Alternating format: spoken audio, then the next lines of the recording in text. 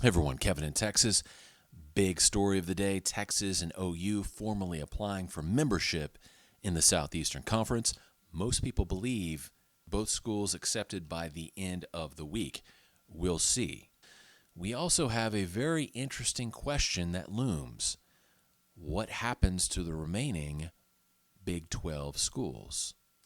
So let's break down the case for each of the 8 remaining Big 12 schools and try and plot out where they're going to find their next conference home. Of the 8 remaining, the strongest by far is TCU. Texas Christian University has the strongest football team by far of any of the remaining 8. Adding TCU to your conference would provide an immediate football credibility boost. Interestingly enough, TCU also resides in Fort Worth, in the Dallas-Fort Worth Metroplex, which is one of the biggest media markets in America. As such, TCU would provide a lot of value to a conference that would be looking to A, improve the quality of its football product, and B, begin getting a bridgehead into the Texas market. It's for those reasons I believe TCU will be moving to the Pac-12 in the very near future. Next up, we have Oklahoma State, who I consider to be the second best overall get in the Big 12. Oklahoma State is another school that tends to outperform expectations. Not only have they won the Big 12 conference recently, but traditionally they're going to put forth a great football product. Curiously enough, Oklahoma State also has a tremendous amount of its graduates residing in the Dallas-Fort Worth Metroplex. So not only does Oklahoma State provide an above-average football program, but they also provide a nice little piece of the DFW Metroplex as well.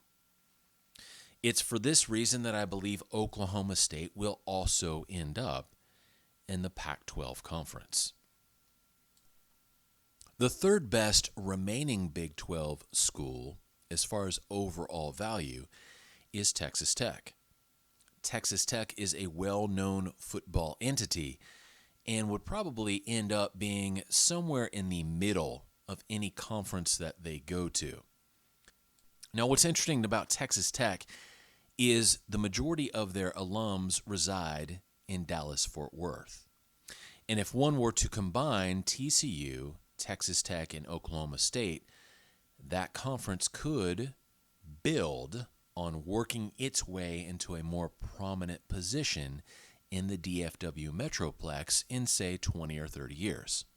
So it's for that reason, as well as geography and improving academics, that I believe Texas Tech will end up joining the Pac-12 conference. The next 2 schools' predominant value lies in academics.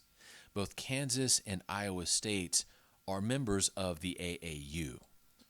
The AAU is the American Association of Universities, a conglomerate of research-based universities that includes Kansas and Iowa State.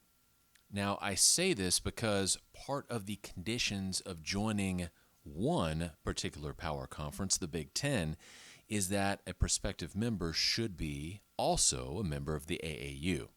So logically, if one were to look at Big Ten expansion, they could see somewhat of an academic fit at the very least with both Kansas and Iowa State.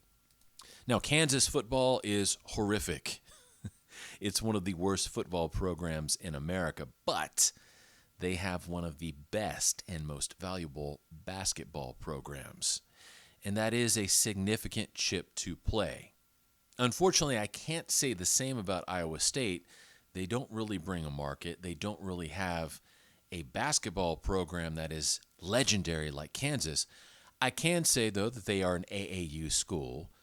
They're located squarely in the middle of Big Ten territory, and they have an up-and-coming football program that is certainly respectable at the very least.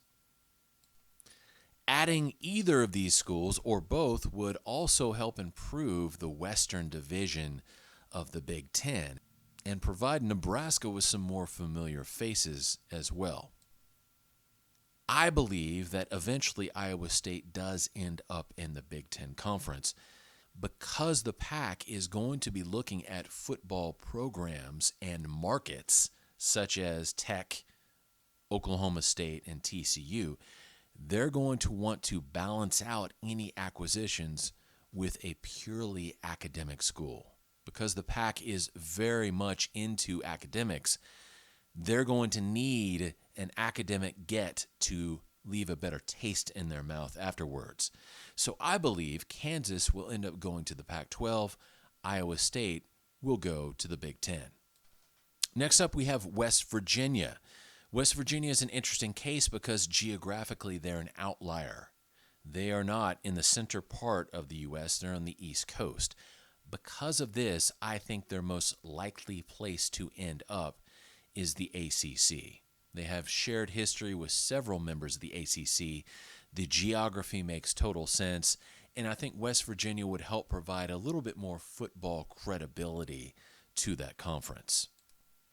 And that leaves us with two remaining schools, and these two are by far the most difficult sells of the remaining Big 12 universities. The first is Kansas State. And Kansas State stands out because they're in the middle of the country but don't really provide a market. As far as on-field performance, you could describe them as routinely being average to above average. And academically, I would say the same thing. They're certainly above average, but they're not an AAU member. So I think Kansas State is going to struggle to find membership in any of the remaining power conferences. If I were them, I would look at the Mountain West and the AAC. Finally, we have Baylor University, good old BU in Waco, Texas. Baylor may be the most difficult sell of them all. And I know a lot of Baylor fans. I respect you. I respect your university very much. But there are some significant challenges that Baylor brings to the table that are going to be difficult to overcome. Number one, location.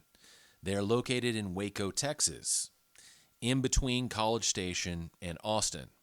They are a small private school, a private religious school.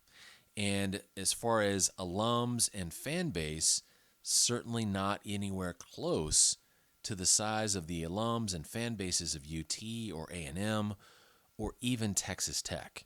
They certainly do have credibility when it comes to football success. They produced a recent Heisman Trophy winner. They've also just won a national championship in basketball. But I'm not convinced that that is going to be enough to land Baylor in a power conference, at least not right away. The way I see things shaking out is that Baylor could at some point get an invite into the ACC if the ACC gets rated by other power conferences. And that may be Baylor's best bet at getting back into the big time.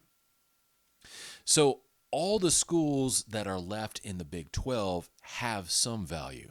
Clearly, some of these schools have more value than others. To me, the big three left on the board, at least as far as football and markets, are TCU, Oklahoma State, and Texas Tech. When it comes to academics, we have Kansas and Iowa State. And when it comes to just most likely to join the ACC out of common sense, we're looking at West Virginia. Outside of those elements, though, the two remaining last men standing, Kansas State and Baylor, I think will struggle to find a home in the power conferences in the future, although I would recommend not giving up hope, because in college football, no one really knows what's going to happen next. This is Kevin in Texas wishing the best, saying God bless each and every one of you. Hold on to your hats. It's going to be a wild ride. I'll talk to you later. Bye.